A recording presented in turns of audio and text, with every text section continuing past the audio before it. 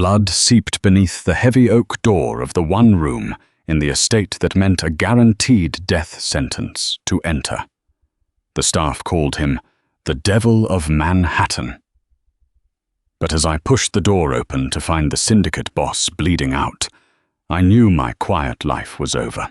The sprawling Rosso estate in the Hudson Valley was a fortress disguised as a billionaire's retreat. Stone walls, wrought iron gates, and armed guards in tailored suits made it clear that the inhabitants operated far above the law. For 3 months, I had blended into the background as a maid, keeping my head down and my mouth shut. My name was Francesca Sacco, though the head housekeeper simply called me the heavy girl. While the other maids were hired for their model-like figures and willingness to turn a blind eye to the criminal activities around them, I was hired because I scrubbed floors until they shone and never asked questions. My full figure had always made me invisible in the circles of power and vanity, and I preferred it that way. Invisibility meant safety. Before donning a maid's uniform, I was a trauma nurse working the night shift in a clandestine clinic in Hell's Kitchen. I spent years stitching up bullet holes and stab wounds for people who could not walk into a real hospital. When a gang war spilled into my clinic and the authorities started asking questions, I had to disappear. The Russo estate offered cash under the table and a place to hide. There was only one absolute rule in the manor. No one, especially no woman, was allowed on the 3rd floor. It was the private sanctuary of Gabriele Russo, the ruthless head of the Russo syndicate. Gabriele was a ghost who controlled the eastern seaboard's underground ports with an iron fist. He was feared, notoriously unforgiving, and completely isolated. His underboss, a man named Dante, was the only person permitted to cross that threshold. It was a Tuesday afternoon, and a torrential thunderstorm was hammering the glass windows of the estate. The power had flickered twice. Dante was away in Chicago handling a territorial dispute, leaving the mansion staff on edge. I was assigned to polish the banisters on the 2nd floor when a heavy, muffled thud echoed from the floor above. I froze, the rag slipping from my fingers. I listened to the rain lashing against the glass, waiting for another sound. Nothing. Protocol dictated I walk away. I was just a maid. But then a low, guttural groan vibrated through the quiet hallway. Against every survival instinct I possessed, I climbed the sweeping marble staircase to the 3rd floor. The corridor was dark, the air thick with tension. At the far end, the heavy oak door to Gabriele Russo's private suite was slightly ajar. A single dark smear of crimson stained the pristine white marble floor just outside the frame. My breath caught in my throat. I pushed the door open, the hinges silent. The room was massive, dominated by floor-to-ceiling windows overlooking the stormy valley, mahogany furniture, and a bank of security monitors that were currently static. The scent of copper and gunpowder hit me instantly. Gabriele Russo lay collapsed on the Persian rug. He was a mountain of a man, dressed in a ruined charcoal suit, his hands coated in blood as he clutched his side. His breathing was ragged, shallow. Even unconscious, he exuded a terrifying, lethal energy. I rushed to his side, dropping to my knees. The moment my hands touched his chest, his eyes flew open. They were pitch black, wild with pain and paranoia. His massive hand shot out, wrapping around my throat in a crushing grip. "You are trespassing," he rasped, coughing up a drop of blood. I did not scream. I did not flinch. Years of facing down bleeding mobsters in back-alley clinics had forged my nerves out of steel. "Let go of me," I said, my voice eerily calm, "or you are going to drown in your own blood in less than 5 minutes." Gabriele stared at me, his grip loosening just enough for me to breathe. He searched my face, perhaps looking for fear, but found only the cold, clinical focus of a woman who knew exactly what she was looking at. He let his arm drop, his head falling back against the rug as darkness overtook him again. I tore open his expensive shirt. The entry wound was just below his ribs. It was messy, a fragmented bullet, and the surrounding veins were darkening with a sickly purplish hue. Poison. Someone had laced the bullet with a neurotoxin. I locked the oak door from the inside and ran to his private adjoining bathroom. I found a comprehensive first aid cache that looked more like a miniature surgical theater, a testament to his dangerous lifestyle. I grabbed forceps, a scalpel, heavy-duty sutures, sterile saline, and a broad-spectrum antivenom kept in a small cooler. Returning to his side, I went to work. The maid vanished, and the trauma nurse took over. I poured saline into the wound, my hands steady as I dug the metal fragments out of his tearing flesh. Gabriele groaned in agony, his muscles corded with tension, but I kept my weight pressed against him to hold him down. I worked with brutal efficiency, extracting the lead, flushing the poison, and administering the counteragent. I stitched him up layer by layer, tying off the sutures with practiced precision. For hours, I sat on the floor beside him, watching his chest rise and fall, wiping the cold sweat from his forehead. I knew that when his guards found me here, they might put a bullet in my head for breaching his sanctum. But as I looked at the devil of Manhattan, vulnerable and breathing quietly in the dark, I knew I could not have left him to die. Dawn broke, casting a pale, grey light over the Hudson Valley. I was sitting in a leather armchair across from Gabriele, my maid uniform stained with dried blood, my exhausted body aching. The sound of heavy boots echoing in the corridor snapped me awake. Fists pounded on the oak door, followed by Dante's frantic voice demanding entry. Before I could stand, the door was kicked open, splintering the frame. Dante and 3 armed guards stormed in, their weapons raised. They froze when they saw the scene. The bloody towels, the surgical tools, and me, a plus-sized maid, sitting quietly in the corner. Dante raised his weapon, aiming directly at my chest. "Put it down." The voice was rough, dry as gravel, but it commanded absolute authority. Gabriele was sitting up against the base of his heavy wooden bed. He looked pale, but his dark eyes were sharp and alert. Dante lowered his gun, looking bewildered. "Boss, she is in your room. We did not know.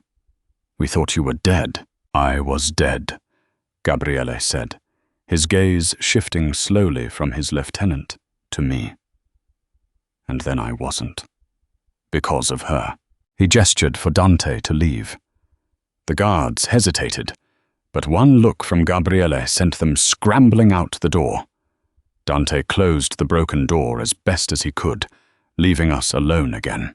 Gabriele pushed himself up, wincing slightly, and walked over to a crystal decanter.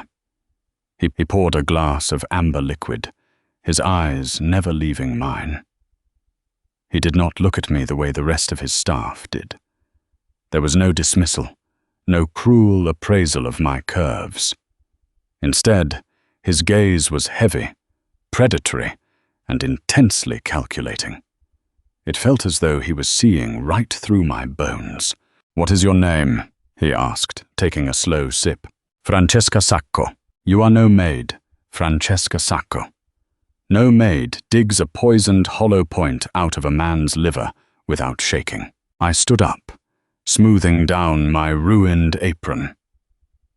I am a woman trying to make an honest living. You needed help. I provided it. Now, if you will excuse me, I have floors to mop. I made it halfway to the door before his hand caught my arm. His grip was entirely different from the night before. It was firm, yet surprisingly gentle, anchoring me in place. The heat of his palm burned through my sleeve. You are not leaving this room, he said softly, his towering frame leaning over me. You saved my life. In my world, that creates a debt, but it also creates a target on your back. Whoever hit me last night will find out I survived. When they do, they will look for the reason why. You are not scrubbing floors anymore, Francesca. You belong to me now. I wanted to argue, to tell him I didn't belong to anyone, but the raw, unyielding protection in his voice silenced me. I had stepped out of the shadows and directly into the crosshairs of a mafia war.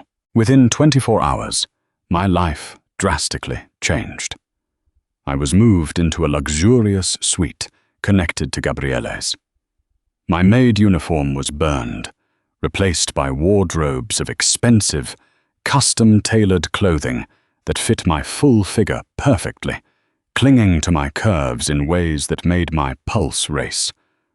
Gabriele demanded my presence constantly. Under the guise of needing a personal physician, he kept me by his side during meetings, dinners, and strategy sessions. I was a terrifying man to the world, ordering brutal retaliations and commanding empires with a flick of his wrist. But with me, he was different. He was obsessive. He watched my every move, ensured I ate from his plate, and personally checked the locks on my doors. His dark romance with my presence was unspoken, but suffocatingly intense. If a guard even glanced in my direction for too long, Gabriele would have the man reassigned to the freezing docks of the Atlantic. It was during this time that the architect of his attempted murder emerged from the shadows. Her name was Ingrid Whitlock. She was the heiress to a massive European smuggling ring operating out of Boston. Ingrid was everything I was not: blonde, razor-thin, aristocratic, and utterly devoid of humanity. She viewed the criminal underworld as a chessboard, and she had ordered the hit on Gabriele to absorb his territory. Assuming Gabriele was severely weakened or secretly dead, Ingrid called for a mandatory summit of all syndicate heads in a neutral penthouse in Manhattan, intending to force Dante into a surrender. Gabriele decided to attend, and he commanded that I go with him. The penthouse was filled with the most dangerous people in the country, smoking cigars and drinking rare champagne. When the elevator doors opened and Gabriele Russo stepped out, walking tall and looking perfectly healthy, the silence in the room was deafening. I walked right beside him, wearing a deep emerald gown that Gabriele had specifically chosen for me. It hugged every curve of my plush body, unapologetic and bold. I felt exposed, terrified of the wolves in the room. But Gabriele kept a heavy hand on the small of my back, branding me as untouchable. Across the room, Ingrid Whitlock's champagne glass halted halfway to her lips. Her cold blue eyes widened in shock as she took in Gabriele's imposing figure, and then her gaze snapped to me. Gabriele led me to the center of the room. He did not speak to the other bosses. He simply stared down Ingrid. "You look surprised, Ingrid," Gabriele said, his voice carrying a lethal calm that made the hairs on my arms stand up. "Did you hear a rumor that I was unwell?" Ingrid quickly recovered her composure, her thin lips twisting into a fake smile. Just happy to see you in such good spirits, Gabriele. And who is your lovely, albeit unusual companion?" She looked at me with veiled disgust, her eyes raking over my full figure as if I were a piece of trash dragged in from the street. One of Ingrid's lieutenants, a sleazy man with a scarred face, sneered and muttered something derogatory about my weight under his breath. Before I could even process the insult, Gabriele moved. It was a blur of violence. He crossed the space, grabbed the lieutenant by the throat, and slammed his head into the marble bar with a sickening crack. The room erupted as guards reached for their weapons, but Dante and our men already had their guns drawn, aiming at everyone in the room. Gabriele ignored the chaos. He looked down at the bleeding, unconscious man, then turned his deadly gaze to Ingrid. "Her name is Francesca," Gabriele said, his voice echoing in the dead, silent room. "And if anyone in this city ever looks at her with anything less than absolute reverence, I will burn their empire to ashes while they watch." Ingrid stared at Gabriele, then at me. Her mind was working, calculating. She realized in that instant that Gabriele Russo was not invincible. I was the one who had saved him. I was the reason her perfect assassination plan had failed. And worst of all, she realized that I was Gabriele's new obsession. I was his heart walking outside his body. As Gabriele escorted me out of the penthouse, his hand gripping mine so tightly it ached, I caught one last glimpse of Ingrid. She was smiling a thin, cruel smile. The summit was not a surrender. It was a scouting mission.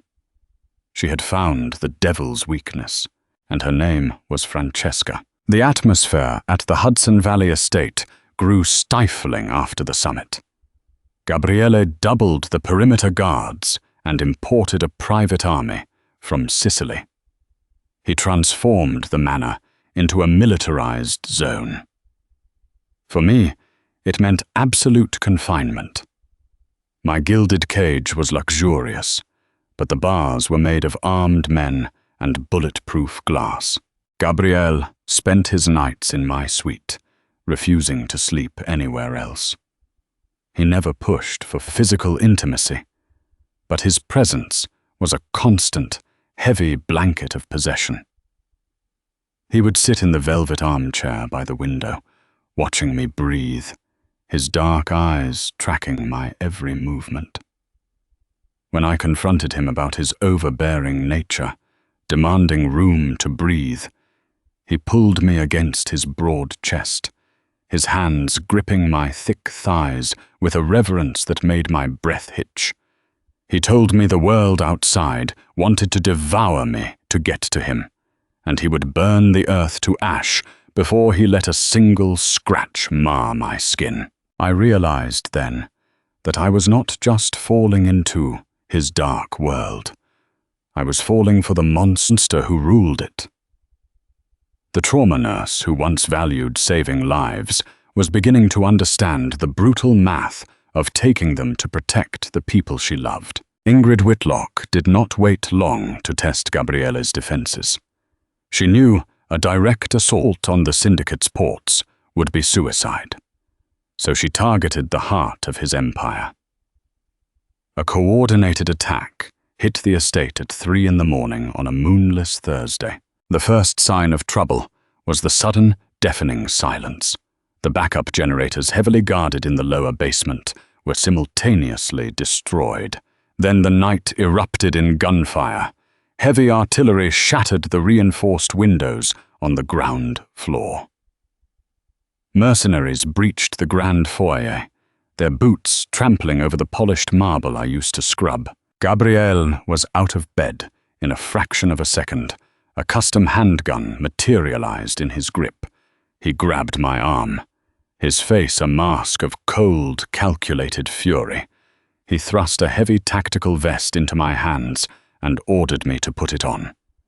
I strapped it over my silk nightgown, my heart hammering against my ribs, but my hands remained perfectly steady.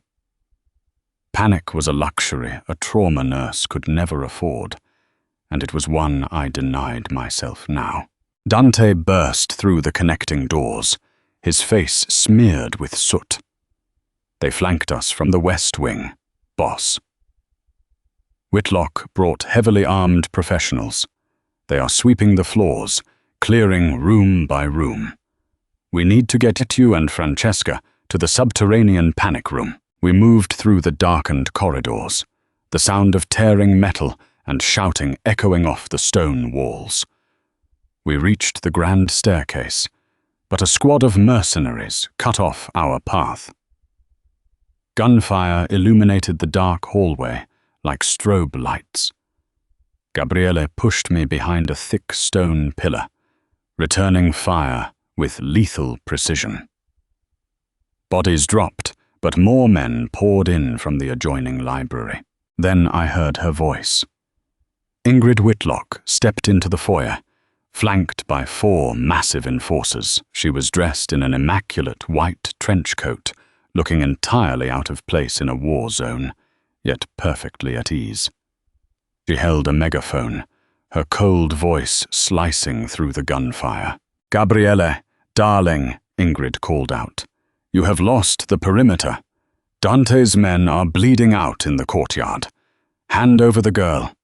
Give me Francesca, and I will let you walk away with your life. You can rebuild your empire. Why die for a chubby little maid who does not even belong in our world?" Gabriele did not answer with words. He stepped out from cover, firing 2 shots that dropped the mercenaries closest to Ingrid. But the distraction cost him.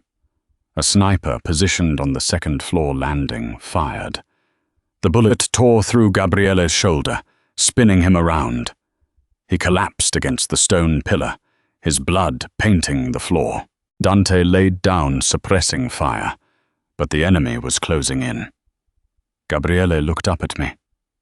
His face pale, but his eyes burning with an obsessive fire. He reached for his spare weapon and shoved it into my hands. "Run," he choked out, coughing. "Go to the panic room. Lock the door. Do not open it for anyone but me." I looked at the gun in my hand, then at the man bleeding on the floor. I remembered the night I found him. I remembered the promise I made to myself that I would never be helpless again. I was not a maid, and I was not a victim. "I am not leaving you," I said. I dropped to the floor beside Gabriele, my fingers instantly finding the pressure points around his wound to slow the bleeding. I looked at Dante, who was reloading his final magazine. The heavy oak doors of the east wing were our only cover. "Dante," I yelled over the deafening noise. "The ventilation shafts in the library. They connect directly to the basement chemical storage. If you can get me to that vent, I can stop them." Dante looked at me like I was insane. "It is suicide, Francesca. They have the library locked down." "Just cover me," I demanded. I ripped a piece of fabric from my gown, tying it tightly off around Gabriele's wound. I grabbed him by the lapels of his ruined shirt, pulling his face close to mine. "I am going to save your life again," I whispered, pressing my lips to his pale mouth. "You owe me another debt, Gabriele. Do not die before you pay it." I grabbed the spare gun and sprinted across the hallway as Dante unloaded his weapon, drawing their fire. Bullets chipped the stone around my feet, but I threw my heavy body forward with a speed born of pure adrenaline. I slid into the library, rolling behind a massive mahogany desk. 2 mercenaries closed in on my position. I did not close my eyes. I raised the weapon, remembering Gabriele's harsh lessons from the past weeks, and pulled the trigger twice. They dropped. I crawled to the heavy iron grate of the ventilation system. I kicked it in and squeezed my full frame into the narrow duct. It was a tight fit, the metal scraping against my arms, but I dragged myself forward. I knew exactly what chemicals the groundskeepers used to maintain the massive greenhouse, and I knew how they reacted when mixed. Years of chemistry and medical training were about to be weaponized. I dropped into the chemical storage room, just above the main foyer, where Ingrid and her men were grouping. I found the industrial cylinders of bleach and ammonia. The mixture would create chloramine gas, a highly toxic, suffocating vapor. I dragged the heavy cylinders to the main ventilation intake that fed into the foyer, opened the valves, and kicked the intake fan to maximum override. Within seconds, the grand foyer turned into a death trap. From my vantage point on the upper balcony, I watched the thick, noxious gas pour into the room below.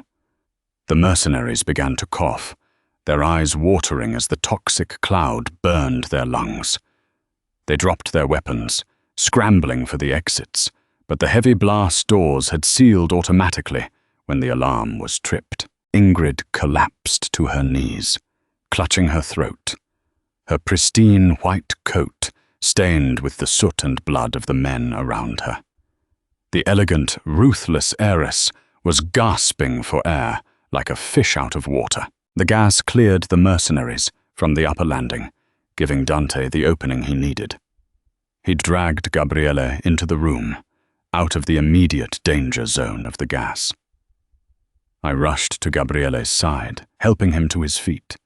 He leaned heavily against me, his breath ragged, but a dark, proud smile played on his lips as he looked down at the chaos I had unleashed. The ventilation system purged the gas from the main room after 10 minutes, leaving Ingrid and her surviving men incapacitated on the floor. Gabriele refused medical attention. He pushed himself off my shoulder, his face a mask of terrifying wrath. He walked slowly down the grand staircase, his boots echoing in the silent, ruined foyer. He stopped in front of Ingrid. She was wheezing, staring up at him with bloodshot, terrified eyes. "You called her a maid," Gabriele said, his voice a low, gravelly whisper that carried a promise of infinite pain. "You thought her softness made her weak. But my Francesca has more iron in her blood than your entire syndicate combined." Ingrid tried to speak, to beg for a truce, but Gabriele did not let her. He raised his weapon and ended her reign with a single, deafening shot. The war was over. In the weeks that followed, the balance of power on the eastern seaboard shifted permanently. The Whitlock syndicate fractured without its leader, and Gabriele absorbed their territories effortlessly. But the biggest change was within the Russo estate itself. The staff no longer looked at me with pity or dismissal. The underbosses bowed their heads when I entered a room. I was no longer the heavy girl who scrubbed floors in the background. I sat beside Gabriele at the head of the massive mahogany table, wearing silken diamonds, reviewing shipment ledgers and security protocols. Gabriele's obsession with me never faded. It evolved into a terrifying, beautiful partnership. He remained the devil of Manhattan to the outside world, dispensing brutal justice and expanding his empire with an iron fist. But in the quiet hours of the night, behind the heavy oak door of his private suite, he belonged entirely to me. I had crossed the forbidden threshold to save a monster, and in return, he made me his undisputed queen. If you loved this intense dive into mafia romance, high-stakes action, and a heroine who redefines power, tap that like button right now. Do not forget to share this gritty tale with your fellow dark romance fans. Drop a comment telling us your favorite twist or what trope you want to see next. Hit subscribe and ring the notification bell so you never miss another thrilling story from our channel. Stay dark, stay dangerous, and we will see you in the next video.